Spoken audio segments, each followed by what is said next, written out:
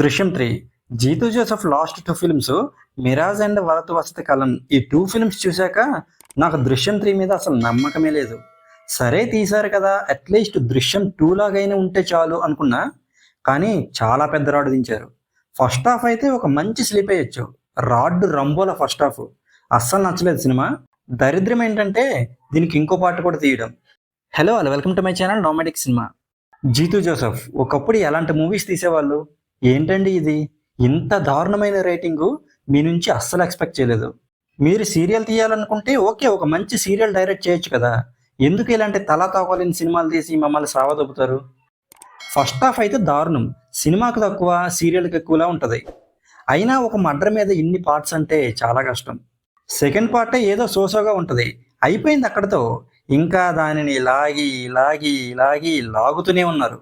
ఈసారి గట్టిగా లాగారు, బాగా తెగింది. ఈ సినిమా లెంగ్త్ 2 hours 40 minutes ఉంటుంది. అందులో ఒక 1 hour లేపేయచ్చు, అంటే ఇంకా 1 hour 40 minutes ఉంటుంది. సో అలా చేయడం థియేటర్స్కి కష్టం కాబట్టి ఒక 40 minutes లేపేయచ్చు. సో ఒక 2 hours ఉంటే సినిమా అట్లీస్ట్ యావరేజ్గా అయినా ఉండేది. సినిమా ఫస్ట్ హాఫ్ నీరసం తెప్పించింది.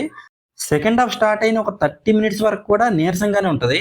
ఏదో లాస్ట్ ఒక 40 minutes ఎంగేజింగ్ అనిపించింది. బీజిఎం కూడా అంత గొప్పగా ఏం లేదు. యాక్టర్స్ అందరూ ఏదో అలా చేసుకుంటూ వెళ్ళిపోయారు. జీతూ జోసెఫ్ రాసుకున్న స్క్రీన్ ప్లే అయితే చాలా దారుణంగా ఉంది. ఓకే, స్లోగా ఉండొచ్చు మూవీస్, కానీ మరీ ఇంత అంటే చాలా కష్టం. ఇంకా ఓవరాల్గా ఈ మూవీ గురించి చెప్పాలంటే చాలా లో ఎక్స్పెక్టేషన్స్ పెట్టుకుని వెళ్ళండి. లాస్ట్ 40 minutes వల్ల నచ్చే ఛాన్స్ ఉంది, కానీ చాలా ఓపిక కావాలి. లేదు మాకు అంత ఓపిక లేదు అంటే ఓటీటీలో చూసుకోవడం బెటర్.